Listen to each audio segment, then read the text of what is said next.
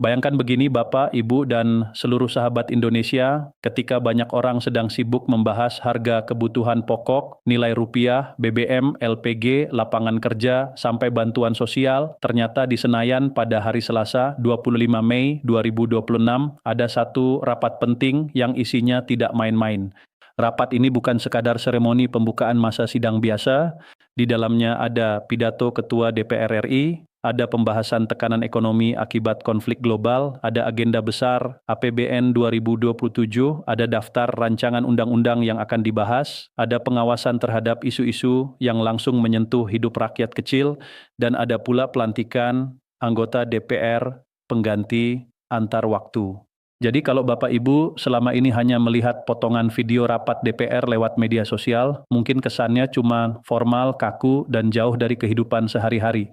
Tapi kalau kita dengarkan pelan-pelan, isi rapat paripurna DPR RI ke-18, masa persidangan 5 tahun sidang 2025-2026 ini sebenarnya menyentuh banyak hal yang sangat dekat dengan rakyat.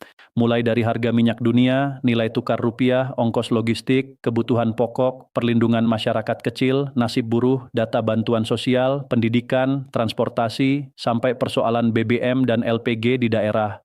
Maka dari itu, jangan buru-buru skip, karena hari ini kita akan bahas ulang seluruh rangkaian rapat itu dengan bahasa yang lebih santai, lebih gampang dipahami, tapi tetap lengkap dan tidak menghilangkan detail pentingnya. Kita akan bawa suasana rapat paripurna itu ke dalam gaya cerita yang lebih dekat dengan masyarakat Indonesia, supaya Bapak Ibu semua paham sebenarnya apa yang sedang dibicarakan oleh DPR RI, apa saja agenda penting negara, dan kenapa keputusan-keputusan di ruang sidang itu bisa berdampak langsung ke kehidupan rakyat. Rapat paripurna ini dibuka setelah quorum dinyatakan tercapai. Dengan mengucap Bismillahirrahmanirrahim, pimpinan Dewan membuka rapat paripurna DPR RI yang ke-18 masa persidangan 5 tahun sidang 2025-2026. Rapat ini dilaksanakan pada hari Selasa tanggal 25 Mei 2026 dan dinyatakan terbuka untuk umum. Seperti biasa dalam acara kenegaraan yang resmi, sebelum masuk ke agenda utama, seluruh hadirin diminta berdiri untuk menyanyikan lagu kebangsaan Indonesia Raya. Suasana ruang rapat pun berubah khidmat. Lagu Indonesia Raya berkumandang, para anggota dewan, pimpinan, undangan, dan seluruh hadirin berdiri memberikan penghormatan kepada negara. Momen seperti ini memang terlihat sederhana, tapi maknanya besar. Karena sebelum bicara soal politik, ekonomi, anggaran, atau undang-undang, semuanya diingatkan dulu bahwa tugas negara harus kembali kepada satu tujuan besar, yaitu Indonesia. Setelah lagu Indonesia Raya selesai dinyanyikan, hadirin dipersilakan duduk kembali. Lalu pimpinan Dewan menyampaikan bahwa berdasarkan hasil keputusan rapat konsultasi pengganti rapat BAMUS DPR RI antara pimpinan DPR dan pimpinan fraksi-fraksi pada tanggal 20 April 2026, acara rapat paripurna hari itu adalah pidato Ketua DPR RI pada pembukaan masa persidangan 5 tahun sidang 2025-2026. Namun sebelum pidato utama dimulai, pimpinan Dewan juga menyampaikan satu informasi penting. Pimpinan DPR RI telah menerima petikan keputusan Presiden Republik Indonesia nomor 49P tahun 2026 tanggal 21 April 2026 tentang peresmian pengangkatan antar waktu anggota Dewan Perwakilan Rakyat dan anggota Majelis Permusyawaratan Rakyat sisa masa jabatan tahun 2024-2029. Nama yang disebut adalah Saudari Adela Kanasya Adis dari fraksi Partai Golongan Karya, daerah pemilihan Jawa Timur 1 yang menggantikan Saudara Adis Kadir. Nah, buat Bapak Ibu yang mungkin belum terlalu familiar, pengganti antar waktu atau PAW ini adalah proses ketika seorang anggota DPR digantikan oleh orang lain dalam sisa masa jabatan tertentu. Jadi bukan pemilihan umum baru, melainkan pergantian berdasarkan ketentuan yang berlaku. Dalam rapat ini disebutkan bahwa sesuai pasal 9 ayat 4 Peraturan DPR RI nomor 1 tahun 2020 tentang tata tertib, anggota pengganti antar waktu sebelum memangku jabatan harus mengucapkan sumpah atau janji secara bersama-sama yang dipandu oleh pimpinan DPR RI dalam rapat paripurna. Karena itu, pimpinan sidang bertanya kepada para anggota Dewan yang hadir, apakah pelantikan anggota pengganti antar waktu DPR RI dapat dilakukan setelah pidato pembukaan masa persidangan 5 tahun sidang 2025-2026. Para anggota menyatakan setuju, dengan begitu agenda rapat hari itu menjadi jelas. Pertama, pidato Ketua DPR RI. Setelah itu, pelantikan anggota DPR pengganti antar waktu. Sebelum masuk ke pidato pembukaan, pimpinan DPR RI juga menyampaikan rasa duka cita. Ini bagian yang cukup menyentuh karena rapat tidak hanya bicara soal agenda politik, tapi juga memberi penghormatan kepada mereka yang mengalami musibah dan gugur dalam tugas. Pimpinan dan anggota DPR RI menyampaikan duka cita mendalam untuk para korban kecelakaan kereta di Stasiun Bekasi Timur dan kecelakaan lalu lintas di Jalan Lintas Sumatera, Kabupaten Musi Rawas Utara.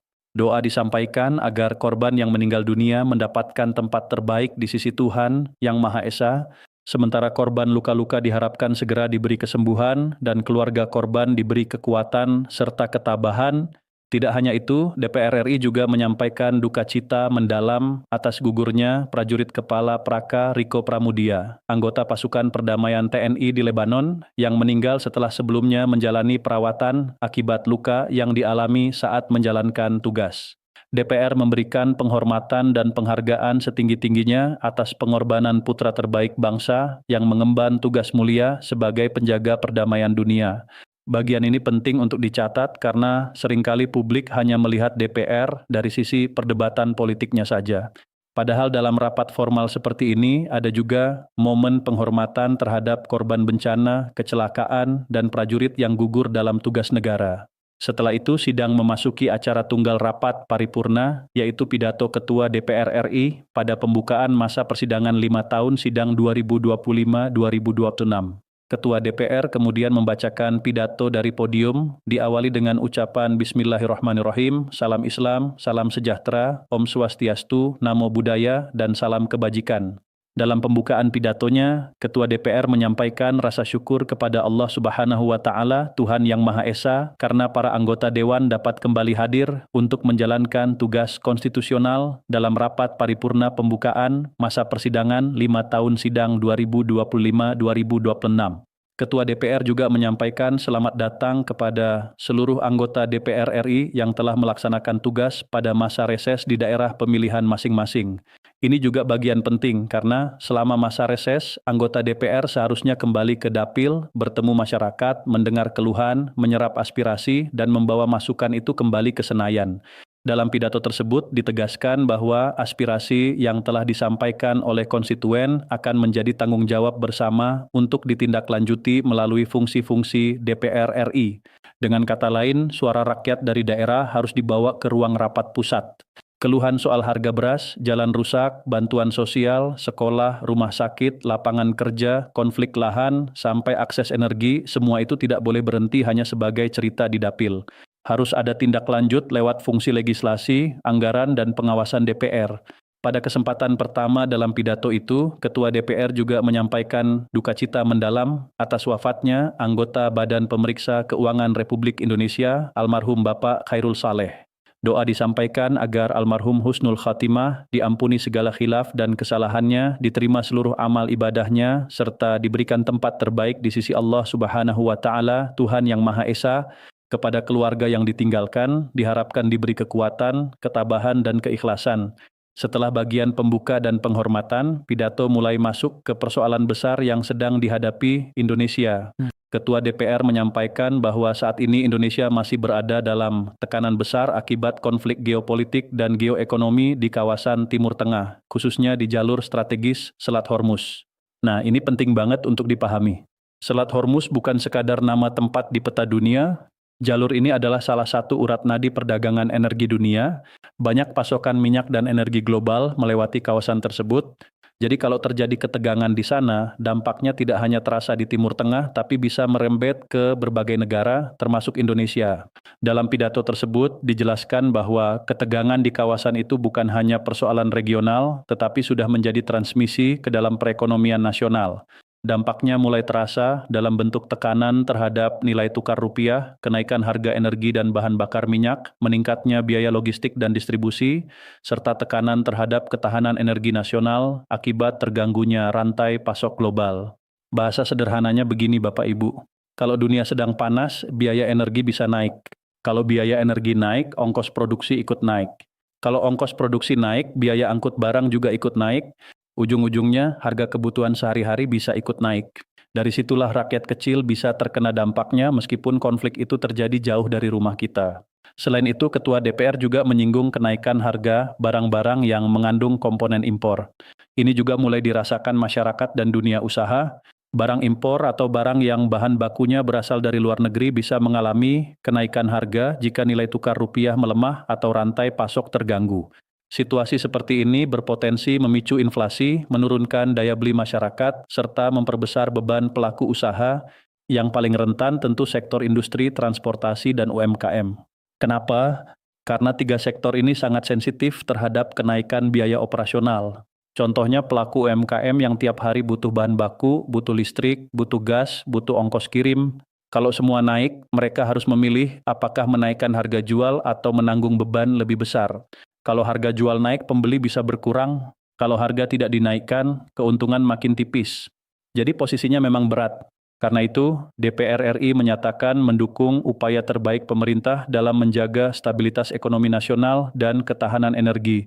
Pemerintah bersama Bank Indonesia diharapkan melakukan mitigasi arus keluar modal asing, mengendalikan harga kebutuhan pokok, serta memastikan perlindungan terhadap masyarakat kecil agar mereka tidak menjadi pihak yang paling terdampak dari gejolak global yang sedang terjadi.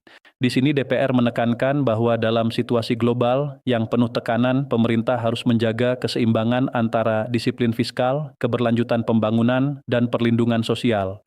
Artinya, negara harus tetap hati-hati dalam menggunakan anggaran, pembangunan harus tetap berjalan, tapi rakyat kecil juga tidak boleh ditinggalkan. Ketua DPR juga menegaskan bahwa pemerintah perlu melakukan konsolidasi fiskal dan konsolidasi prioritas pembangunan nasional. Tujuannya agar rakyat tetap mendapatkan haknya untuk menikmati hasil pembangunan. Jadi bukan hanya angka-angka besar di atas kertas, tetapi hasilnya harus terasa di kehidupan masyarakat. Masuk ke agenda berikutnya, pada masa persidangan ini DPR RI bersama pemerintah akan membahas kerangka ekonomi makro dan pokok-pokok kebijakan fiskal atau KMPPKF tahun 2027. Ini merupakan salah satu tahap penting menuju penyusunan APBN 2027. DPR memahami bahwa penyusunan kerangka kebijakan fiskal tahun 2027 dilakukan dalam situasi global yang penuh tekanan dan risiko. Tantangan ke depan tidak hanya soal mengejar pertumbuhan ekonomi yang tinggi, tetapi juga memastikan kualitas pertumbuhan ekonomi tersebut. Ini menarik, karena pertumbuhan ekonomi tinggi saja tidak cukup kalau rakyat biasa tidak merasakan manfaatnya. Maka dalam pidato itu disebutkan bahwa pertumbuhan ekonomi harus mampu menciptakan lapangan kerja, meningkatkan penghasilan rakyat, meningkatkan ketahanan ekonomi, serta mengurangi ketimpangan sosial. Jadi ukurannya bukan hanya ekonomi tumbuh sekian persen. Pertanyaannya, apakah rakyat dapat pekerjaan? Apakah pendapatan keluarga naik? Apakah harga kebutuhan masih terjangkau? Apakah desa dan kota sama-sama mendapat manfaat pembangunan? Apakah yang miskin makin terbantu? Itulah yang disebut kualitas pertumbuhan. DPR memandang APBN tahun 2027 dapat menjadi momentum untuk melakukan konsolidasi fiskal dan program prioritas nasional. APBN harus mampu menjaga stabilitas di tengah tekanan global, sekaligus mempercepat pembangunan yang inklusif dan berorientasi pada peningkatan kualitas hidup rakyat Indonesia. Namun DPR juga mengakui bahwa dampak perekonomian global telah memberikan tekanan fiskal terhadap APBN. Di satu sisi, pemerintah harus menjalankan pembangunan nasional di berbagai bidang. Di sisi lain, ruang fiskal yang sudah terbatas menjadi semakin kecil. Bahasa gampangnya, kebutuhan belanja negara banyak tapi ruang anggarannya tidak leluasa. Maka pemerintah dinilai harus melakukan penajaman belanja. Dengan ruang fiskal yang makin sempit, rakyat tetap harus mendapatkan haknya untuk menikmati pembangunan, baik dalam bidang kesehatan, pendidikan, infrastruktur, transportasi, dan berbagai layanan lain yang memudahkan kehidupan masyarakat. Setelah membahas ekonomi dan APBN, pidato kemudian masuk ke agenda legislasi. Pada masa persidangan ini, DPR RI bersama pemerintah akan melanjutkan pembahasan tingkat 1 terhadap beberapa rancangan undang-undang. Pertama, rancangan undang-undang tentang perubahan atas Undang-Undang Nomor 4 Tahun 2023 tentang pengembangan dan penguatan sektor keuangan. RUU ini berkaitan dengan sektor keuangan yang tentu sangat penting karena menyangkut stabilitas sistem keuangan, perbankan, industri keuangan, dan tata kelola sektor keuangan nasional. Kedua, rancangan undang-undang tentang hukum perdata internasional. Ini terdengar teknis, tapi penting dalam hubungan hukum lintas negara, misalnya menyangkut urusan bisnis internasional, perkawinan lintas negara, kontrak internasional, sengketa perdata antar warga negara berbeda, dan sebagainya. Ketiga, rancangan undang-undang tentang perubahan atas Undang-Undang Nomor 16 Tahun 1997 tentang statistik. Ini juga penting karena data statistik adalah dasar kebijakan negara. Kalau datanya tidak akurat, kebijakan bisa meleset. Jadi pembaruan aturan statistik menjadi sangat relevan, terutama di era digital seperti sekarang. Keempat, rancangan undang-undang tentang desain industri. Ini menyangkut perlindungan terhadap karya desain industri, kreativitas, inovasi, dan daya saing produk Indonesia. Bagi pelaku usaha, desainer, UMKM kreatif, dan industri manufaktur, aturan seperti ini bisa sangat berpengaruh. Selain fungsi legislasi, DPR juga menegaskan fungsi pengawasan. Pada masa sidang ini, fungsi pengawasan DPR RI akan diarahkan pada berbagai isu strategis yang menjadi perhatian masyarakat dan penting untuk diselesaikan oleh pemerintah. Isu pertama adalah evaluasi dan audit terhadap sistem serta infrastruktur transportasi darat guna menjamin keselamatan masyarakat. Ini berkaitan langsung dengan kecelakaan yang terjadi di berbagai daerah. Jalan, kendaraan, sistem pengawasan, regulasi, hingga operator transportasi harus dievaluasi agar keselamatan rakyat lebih terjamin. Isu kedua adalah evaluasi menyeluruh terhadap sistem pengamanan pasukan TNI di daerah misi keamanan dan wilayah konflik. Ini berkaitan dengan keselamatan prajurit Indonesia yang bertugas di wilayah berisiko termasuk misi perdamaian dunia. Negara harus memastikan perlindungan maksimal bagi para prajurit yang sedang mengemban tugas. Isu ketiga adalah optimalisasi IKTP agar terintegrasi secara digital dalam layanan publik. Ini penting banget karena EKTP seharusnya bukan hanya kartu identitas, tetapi bisa menjadi pintu masuk berbagai layanan publik. Mulai dari bantuan sosial, layanan kesehatan, administrasi kependudukan, pendidikan, hingga layanan keuangan. Isu keempat adalah penyelesaian pertambangan ilegal dan konflik agraria secara komprehensif. Ini persoalan besar di banyak daerah. Pertambangan ilegal bisa merusak lingkungan, merugikan negara, dan memicu konflik. Sementara konflik agraria menyangkut tanah, kebun, hutan, masyarakat adat, perusahaan, dan pemerintah. Penyelesaiannya tidak boleh setengah-setengah. Isu kelima adalah pemberian sanksi tegas kepada para penegak hukum yang melanggar etika profesi. Ini sangat penting untuk menjaga kepercayaan publik terhadap hukum. Kalau aparat penegak hukum melanggar etika, rakyat bisa kehilangan kepercayaan, maka pengawasan dan sanksi tegas diperlukan. Isu keenam adalah terjaminnya keseimbangan antara ketersediaan dan harga kebutuhan pokok sehingga tetap terjangkau oleh masyarakat. Ini yang paling terasa di dapur rakyat. Harga beras, minyak goreng, telur, cabai, gula, dan kebutuhan lain harus dijaga agar tidak memberatkan masyarakat. Isu ketujuh adalah percepatan penerapan praktik keberlanjutan pada BUMN guna menjaga kelangsungan usaha dan meningkatkan daya saing Indonesia di pasar global. BUMN diharapkan tidak hanya mengejar keuntungan, tetapi juga memperhatikan keberlanjutan, tata kelola yang baik, lingkungan, dan daya saing jangka panjang. Isu kedelapan adalah pengembangan kawasan industri untuk menguatkan hilirisasi produk pertanian dan perikanan. Ini penting bagi petani dan nelayan. Jangan sampai Indonesia hanya menjual bahan mentah. Produk pertanian dan perikanan harus punya nilai tambah, diproses, dikembangkan, dan menghasilkan manfaat ekonomi lebih besar bagi rakyat. Isu kesembilan adalah pengawasan terhadap lembaga penitipan anak dan lembaga pengasuhan alternatif. Ini menyangkut perlindungan anak. Negara harus memastikan anak-anak yang dititipkan atau diasuh di lembaga tertentu benar-benar aman, terlindungi, dan mendapat pengasuhan yang layak. Isu ke-10 adalah pengawasan terhadap lembaga pendidikan berasrama. Ini juga penting karena lembaga pendidikan berasrama memiliki tanggung jawab besar terhadap keselamatan pendidikan dan kehidupan sehari-hari peserta didik. Isu ke-11 adalah jaminan atas pemenuhan hak korban tindak pidana kekerasan seksual. Ini persoalan kemanusiaan yang sangat serius. Korban tidak boleh dibiarkan sendirian. Hak korban, pemulihan, perlindungan, dan akses keadilan harus dijamin. Isu ke-12 adalah evaluasi menyeluruh terhadap penggunaan data tunggal sosial dan ekonomi nasional sebagai basis penetapan peserta penerima bantuan iuran. Ini berkaitan dengan data penerima bantuan. Kalau datanya salah, bantuan bisa tidak tepat sasaran. Ada yang berhak tapi tidak menerima, ada yang tidak berhak tapi justru masuk daftar, maka data harus benar-benar dievaluasi. Isu ke-13 adalah evaluasi terhadap pelaksanaan ujian tulis berbasis komputer seleksi nasional berdasarkan tes. Ini menyangkut dunia pendidikan dan seleksi masuk perguruan tinggi. Sistemnya harus adil, transparan, dan tidak merugikan peserta. Isu ke-14 adalah tambahan kuota BBM serta LPG ke daerah untuk mencegah kelangkaan energi, terutama yang berdampak pada nelayan dan pelaku UMKM. Ini sangat nyata di lapangan. Kalau BBM langka, nelayan sulit melaut. Kalau LPG langka, pedagang kecil dan rumah tangga ikut kesulitan. Isu ke-15 adalah upaya penguatan nilai tukar rupiah. Rupiah yang melemah bisa berdampak ke harga barang impor, biaya produksi, dan stabilitas ekonomi. Maka penguatan nilai tukar menjadi salah satu perhatian.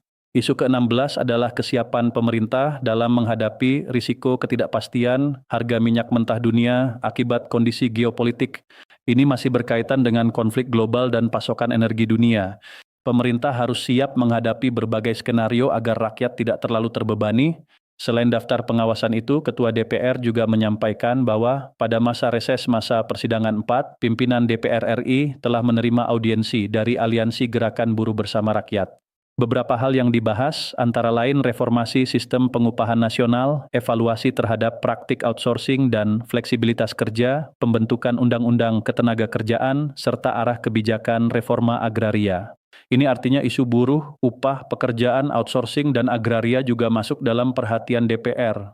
Hal-hal tersebut selanjutnya akan ditindaklanjuti oleh alat kelengkapan dewan yang terkait. Dalam pidato itu juga disampaikan bahwa upaya diplomasi yang dilakukan DPR RI pada masa sidang ini merupakan bentuk komitmen memperjuangkan kepentingan nasional Indonesia melalui implementasi berbagai kesepakatan di forum-forum internasional. Jadi DPR tidak hanya bekerja di dalam negeri, tetapi juga membawa kepentingan Indonesia dalam hubungan internasional. Menjelang akhir pidato, Ketua DPR menyampaikan bahwa sejumlah agenda strategis tersebut akan menjadi perhatian DPR RI pada masa sidang ini. Masa persidangan dimulai untuk menjalankan fungsi konstitusional dalam mewujudkan kesejahteraan rakyat. Dengan mengucap Bismillahirrahmanirrahim atas nama pimpinan DPR RI, Ketua DPR mengumumkan kepada seluruh rakyat Indonesia bahwa masa sidang 5 tahun, sidang 2025-2026, dimulai sejak hari Selasa tanggal 12 Mei 2026 sampai dengan tanggal 21 Juli 2026. Kepada anggota Dewan, Ketua DPR menyampaikan selamat bekerja memperjuangkan kesejahteraan rakyat. Ia mengajak seluruh anggota menjalankan fungsi kedaulatan rakyat dengan penuh amanah dan sebaik-baiknya. Pidato ditutup dengan doa agar Allah Subhanahu wa Ta'ala, Tuhan yang Maha Esa, memberikan rahmat dan bimbingan. Setelah pidato pembukaan selesai, rapat dilanjutkan dengan agenda pelantikan anggota pengganti antar waktu DPR RI. Sekretariat Jenderal DPR RI dipersilakan menyelenggarakan upacara pelantikan dan pengucapan sumpah janji anggota DPR RI pengganti antar waktu.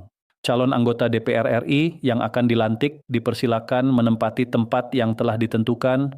Pimpinan DPR RI juga menempati posisi yang telah disiapkan. Upacara pelantikan dan pengucapan sumpah janji anggota DPR RI pengganti antar waktu masa keanggotaan 2024-2029 pun dimulai. Acara diawali dengan pembacaan petikan Keputusan Presiden Republik Indonesia nomor 49P tahun 2026 tentang peresmian pengangkatan antar waktu anggota Dewan Perwakilan Rakyat dan anggota Majelis Permusyawaratan Rakyat sisa masa jabatan tahun 2024-2029. Dalam petikan keputusan itu disebutkan bahwa dengan rahmat Tuhan Yang Maha Esa, Presiden Republik Indonesia menetapkan keputusan tentang peresmian pengangkatan antar waktu anggota DPR dan MPR sisa masa jabatan tahun 2024-2029. Pada bagian ke-1 disebutkan bahwa terhitung sejak saat pengucapan sumpah janji diresmikan pengangkatan antar waktu Saudari Adela Kanasya Adis sebagai anggota Dewan Perwakilan Rakyat sisa masa jabatan tahun 2024-2029, mewakili Partai Golongan Karya Daerah Pemilihan Jawa Timur 1. Keputusan Presiden tersebut ditetapkan di Jakarta pada tanggal 21 April 2026 dan ditandatangani oleh Presiden Republik Indonesia Prabowo Subianto. Setelah pembacaan petikan keputusan Presiden, acara dilanjutkan dengan persiapan pengucapan sumpah. Rohaniwan Islam dipersilakan menempati tempat yang telah ditentukan. Hadirin dimohon berdiri. Pengucapan sumpah anggota DPR RI menurut agama Islam dipandu oleh Ketua DPR RI. Sebelum sumpah dimulai, Ketua DPR mengingatkan bahwa sebelum memangku jabatan sebagai anggota Dewan Perwakilan Rakyat, Saudari Adela wajib bersumpah menurut agama Islam. Ia kemudian ditanya apakah bersedia disumpah menurut agama Islam. Jawabannya bersedia. Ketua DPR kemudian mengingatkan bahwa sumpah yang akan diucapkan mengandung tanggung jawab terhadap bangsa dan negara Republik Indonesia. Tanggung jawab itu mencakup memelihara dan menyelamatkan Pancasila serta Undang-Undang Dasar Negara Republik Indonesia tahun 1945. Sumpah tersebut adalah sumpah kepada Tuhan Yang Maha Esa dan manusia dan harus ditepati dengan segala keikhlasan dan kejujuran. Setelah itu, Saudari Adela diminta mengikuti lafal sumpah yang dipandu Ketua DPR. Dengan menyebut, "Demi Allah saya bersumpah," ia menyatakan akan memenuhi kewajiban sebagai anggota Dewan Perwakilan Rakyat dengan sebaik-baiknya dan seadil-adilnya sesuai dengan peraturan perundang-undangan dengan berpedoman pada Pancasila dan Undang-Undang Dasar Negara Republik Indonesia tahun 1945. Ia juga bersumpah bahwa dalam menjalankan kewajiban akan bekerja dengan sungguh-sungguh demi tegaknya kehidupan demokrasi serta mengutamakan kepentingan bangsa dan negara daripada kepentingan pribadi, seseorang, dan golongan. Kemudian, ia bersumpah akan memperjuangkan aspirasi rakyat yang diwakilinya untuk mewujudkan tujuan nasional demi kepentingan bangsa dan negara kesatuan Republik Indonesia. Setelah sumpah selesai diucapkan, rohaniwan dipersilakan kembali ke tempat semula, hadirin dipersilakan duduk kembali. Ruang rapat kemudian diiringi tepuk tangan sebagai tanda pelantikan telah berlangsung. Acara berlanjut ke pemberian ucapan selamat kepada anggota DPR RI yang baru dilantik oleh pimpinan DPR RI, kemudian dilanjutkan dengan foto bersama. Setelah foto bersama selesai, upacara pelantikan dan pengucapan sumpah janji anggota DPR pengganti antar waktu dinyatakan telah selesai. Pimpinan DPR kemudian dipersilakan kembali ke kursi pimpinan, sementara anggota DPR yang baru dilantik dipersilakan menempati kursi anggota. Sebelum rapat paripurna dilanjutkan kembali, keluarga dan undangan diminta meninggalkan ruang rapat paripurna. Nah, sahabat Indonesia, dari rangkaian rapat ini kita bisa melihat bahwa ada banyak hal penting yang sedang menjadi pekerjaan besar negara. Rapat ini bukan hanya soal seremonial pembukaan masa sidang. Di dalamnya ada pesan yang cukup jelas. Indonesia sedang berada dalam situasi yang tidak ringan. Tekanan global akibat konflik geopolitik bisa berdampak ke rupiah, harga energi, logistik, inflasi, dan daya beli rakyat. APBN 2027 harus disusun dengan hati-hati karena ruang fiskal terbatas, sementara kebutuhan pembangunan sangat besar. DPR dan pemerintah akan membahas sejumlah rancangan undang-undang penting. Fungsi pengawasan akan diarahkan ke banyak isu strategis mulai dari transportasi, TNI, EKTP, tambang ilegal, konflik agraria, kebutuhan pokok, BUMN, kawasan industri, perlindungan anak, pendidikan berasrama, korban kekerasan seksual, data bantuan sosial, seleksi pendidikan, BBM, LPG, nilai tukar rupiah, sampai harga minyak dunia. Di sisi lain, ada pula perhatian terhadap aspirasi buruh, sistem pengupahan, outsourcing, undang-undang ketenagakerjaan, dan reforma agraria. Semua ini menunjukkan bahwa masa sidang 5 tahun, sidang 2025-2026, bukan masa sidang yang ringan. Banyak pekerjaan rumah besar yang menunggu. Bagi masyarakat, yang paling penting adalah mengawal. Jangan hanya menonton rapat sebagai formalitas.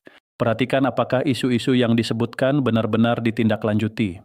Apakah harga kebutuhan pokok bisa dijaga? Apakah BBM dan LPG di daerah benar-benar aman? Apakah data bantuan sosial makin tepat sasaran? Apakah transportasi darat makin aman? Apakah konflik agraria diselesaikan? Apakah nasib buruh mendapat perlindungan lebih baik? Apakah kebijakan fiskal 2027 berpihak pada rakyat?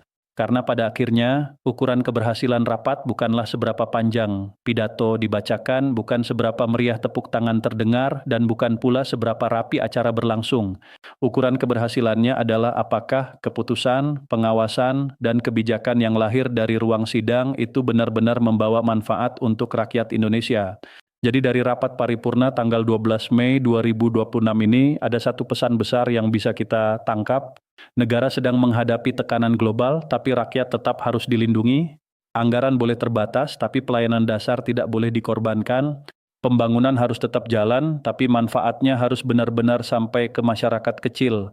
Wakil rakyat boleh bicara di ruang sidang, tapi suara rakyat dari kampung, desa, kota, pasar, pelabuhan, pabrik, sekolah, dan rumah-rumah sederhana harus tetap menjadi pusat perhatian. Itulah inti dari rapat paripurna DPR RI ke-18, masa persidangan 5 tahun sidang 2025-2026. Semoga semua agenda yang telah disampaikan tidak berhenti di atas podium, tetapi benar-benar dijalankan dengan amanah, diawasi dengan serius, dan dirasakan manfaatnya oleh seluruh rakyat Indonesia.